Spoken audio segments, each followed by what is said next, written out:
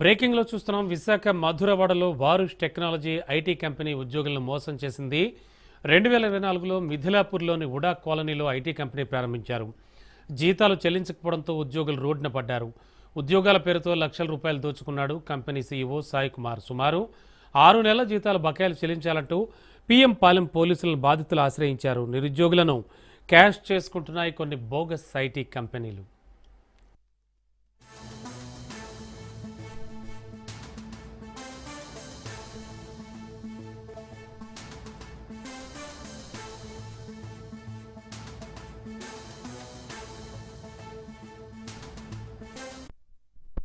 బ్రేకింగ్లో చూస్తున్నాం. Visakha మధురవాడలో వారుష్ technology IT company ఉద్యోగులను మోసం చేసింది.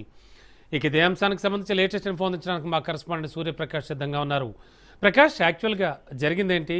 ఆల్రెడీ ఐటీ ఉద్యోగులను మోసం చేసింది అంటున్నారు. అంటే వీళ్ళు ఎన్నాళ్లకు గుర్తించగలిగారు ఇది? అలాగే అతను చేసిన మోసం ఏంటి యాక్చువల్గా? రమణ, విశాఖ అయితే ఇప్పుడిప్పుడే ఐటీ రంగం అయితే అభివృద్ధి చెందుతున్న పరిస్థితి కనిపిస్తుంది. కానీ దానికి భిన్నంగా అయితే కొన్ని సంస్థలు అయితే అక్కడ ఉద్యోగులను అయితే బోటీ కొట్టేస్తున్న పరిస్థితి కూడా కనిపిస్తుంది. వారుష్ టెక్నాలజీస్ ఐటీ కంపెనీ గత 6 నెలల క్రితం నుండి కూడా అక్కడ పనిచేస్తున్న ఉద్యోగులకి అయితే సరిగ్గా జీతాలు చెల్లించకపోవడంతో వాళ్ళ అక్కడ ఉన్న ఎంప్లాయీస్ ఎవరైతే ఉన్నారో ఉద్యోగులు నిత్యం కూడా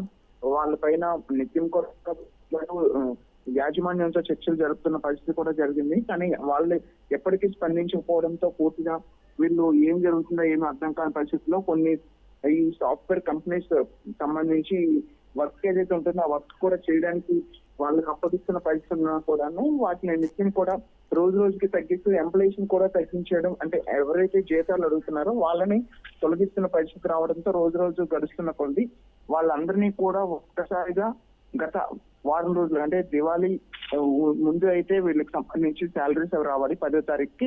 కానీ ఇప్పటికీ కూడా ఎటువంటి జీతాలు ఇవ్వకుండా కంపెనీ యాజమాన్యం ఎవరైతే ఉన్నారో వాళ్ళెవరూ కూడా సీఈఓ వంకల సాయి కుమార్ అయితే కనీసం ఆఫీస్ దర్జాపుల్లోకి రాకపోవడం, ఈవెన్ హెచ్ఆర్ కూడా ఈ యొక్క జీతాలు అందించకపోవడంతో పూర్తిగా ఉద్యోగులంతా కూడా మోసపోయామని గుర్తించి పిఎం పాలెం పోలీస్ స్టేషన్ చేరుకొని ఈ వంకాయల సాయి కుమార్ పైన అయితే ఫిర్యాదు చేయడం అయితే జరిగింది.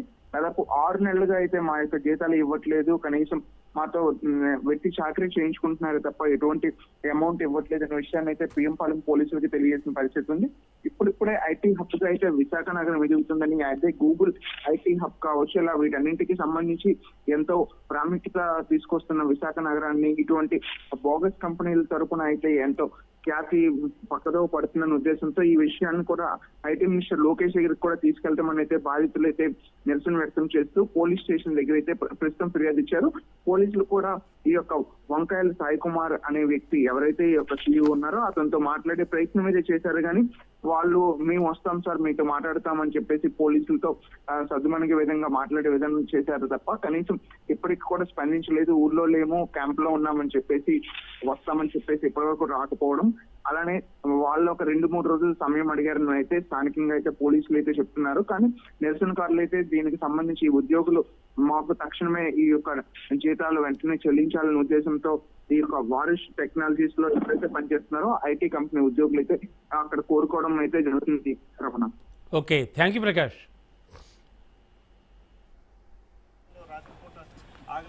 ఆగుతారు, కానీ అది మేము క్లియర్ చేయకపోతే మాత్రం రేపు దాని మీద లీగల్గా మీ మీద చట్టపరంగా యాక్షన్ తీసుకుంటాం.